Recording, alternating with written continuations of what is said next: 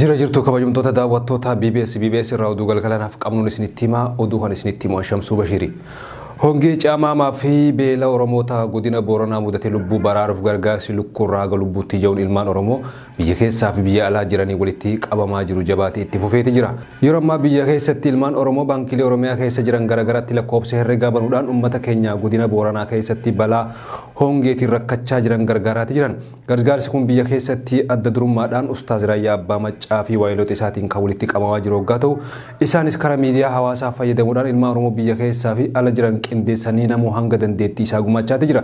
Gargaarsa walitti qabamaa jiru kana irratti hirmaachuudhaan yeroo ammaa abbootiin qabeenyaa Oromoo artistoonni fi namoonni bebbeekamoon hirmaachaati jiran.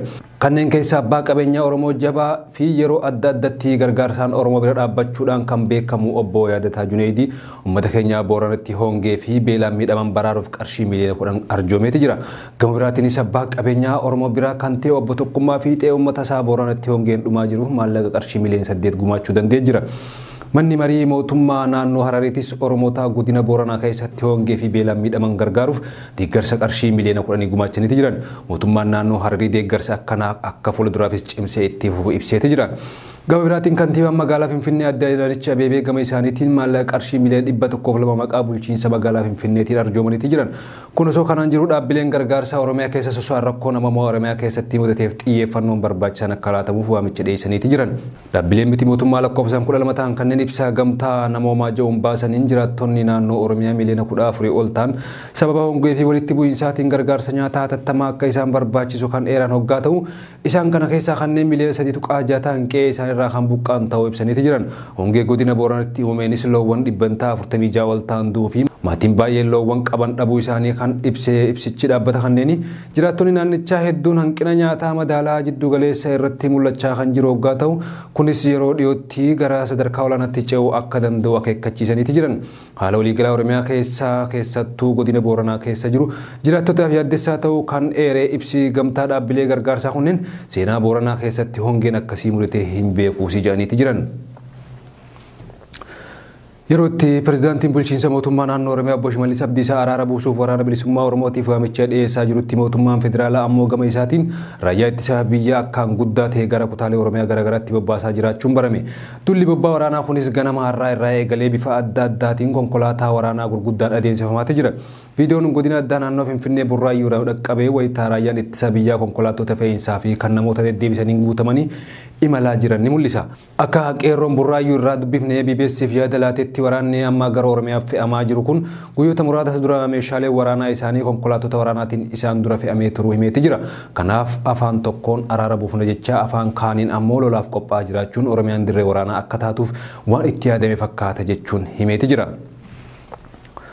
Hundeessaa fi pirezidaantii paartii Baaldaraas kan ta'e obbo Iskaandar Naggaa guyyaa kaleessaa bulchiinsa mootummaa naannoo Amaaraa keessatti bakka buree jaamtutti humnoota mootummaatiin to'annoo jala ooleeti jira. Obbo Iskaandar Naggaa erga paartii Baaldaraas jamu hundeessee geggeessuu jalqabee kaasee magaalaa Finfinnee keessatti finxaaleyyii Amaaraa ijaaruudhaan olola jibbiinsaa Oromoo irratti oofisaa kan ture hoggaa ta'u magaalaa Finfinnee qaama Oromiyaa osoo hin taane ollaa Oromiyaati jechuun bulchiinsa mataa ofii qabattee naannoo akka taatu ni qabsoofna jechuun Oromoota magaalaa Finfinnee irraa mirga tokkollee akka hin qabnee fi afaan Oromoo magaalaa Finfinnee keessatti afaan hojii akka hin taaneef ni onna jechuun Oromoof jibbisa daangaa dabre qabaachaa akka ture ni beekama.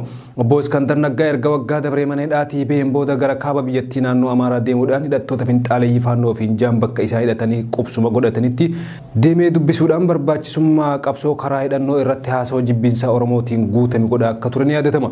Osuma haala kanaan jiru ji'oota dura yoo siyaasa irraa bilisa ta'eetiin jira ammaan booda ani miseensa paartii Baaldaraas miti jechuun erga labsee booda achi buuteen isaa yeroof dhabameeti ture.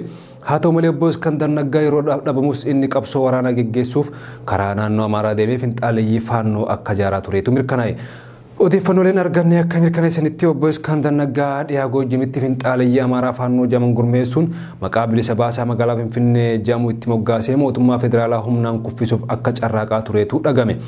Akkasumas finxaaleyyii naannoo Amaaraa faannoo finjaan inni gurmeessee lixa Oromiyaatti daangaa ce'uun ilmaan Oromoo jumlaan fixanii warra morma uummata keenyaa muree mukatti fannisee dhiichisaa ture keessaas harki isaa akka jiru beekameeti jira. Kun osoo kanaan jiru guyyaa kaleessaa obbo Iskaandar Naggaa naannoo Amaaraa naannoo buree jaamtutti humnoota mootummaatiin marfamee to'annaa jala kan oolee hoggaa ta'u akkuma to'annaa jala ooleen gara magaalaa Baahir Daar geeffame halkan raayyaan ittisa biyyaa fuudhee akka gara magaalaa Finfinnee fidee odeeffannooleen bahaa jiran ni mirkaneessan. Guyyaa kaleessa battaluma obbo Iskandar Naggaa to'annaa jala ooletti haati manaa isaa adde Sarkaalam Faasil mootummaan naannoo Amaaraa abbaa manaa isii to'annaa jala oolchee mootummaa federaalaatiif dabarsee akka hin kennine waamicha mootummaa naannoo Amaaraatiif dhiyeessitee turuun isii ni yaadatama.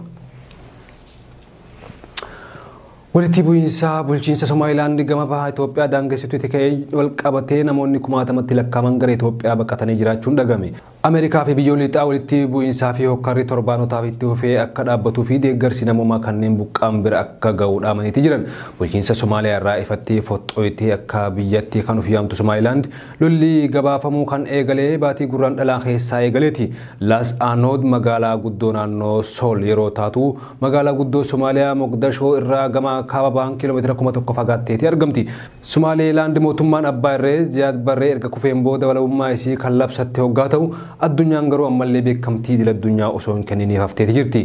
Gosti dhulbaantee ja'aman Somaliilaand dabalatee Puuntlaand keessa jiraatuuf yeroo dheeraaf hundeeffama Somaliilaand garuu walabummaa isii mormaniiti turan. Gaggeessitoonni gosaa kanneen baatii gurraandhalaa keessa mootummaan Somaliilaand rakkoo nageenyaa furuu hin dandeenye jechuun mormii eegalaniiti turan. Abbaan lola jalqabee ifatti beekamu baates erga horeen qondaaltota duriiwwan amantii fi dhaabbilee siviilii ibsa baasuun bulchiinsa Somaaliilaandiif beekamtii akka hin kennamneef bulchiinsa Somaaliyaa jala seenuu isaanii guyyaa tokko booda lolli eegaleeti jira. Lola kana keessaas waraanni Somaaliilaandii fi milishoonni magaalaa fi naannoo magaalaa Los Aanood qooda fudhatanii jiranii jedhame. Milishoonni kanneen dursitoota gosaa dhulbaanteef amanamoo akka ta'anis odeeffannoon bahee ni mul'isa. Mootummaan naannoo Somaaliilaand milishoonni Puuntlaand irraa deeggarsa qaban buufata waraanaa magaalaa Los Aanood jala jiru irratti haleellaa banuu deeme. Puuntlaand qaama mootummaa federaalaa Somaaliyaa ta'u malee akka Somaaliilaand walabummaa akka hin feene himama. Puuntlaand kan kana dura magaalattii to'attee beektu garuu waan kana keessaa qooda hin qabu jechuudhaan wakkatte. Mootummaan Somaaliyaa jihaadistoonni Somaaliyaa keessa Alshabaabis harka akka qaban ibsee ture. Garichi garuu dubbii kana wakkateeti jira. Lola kana keessa manneen jireenyaa buufataawwan fayyaa dabalatee haleellaan irratti banameeti jira.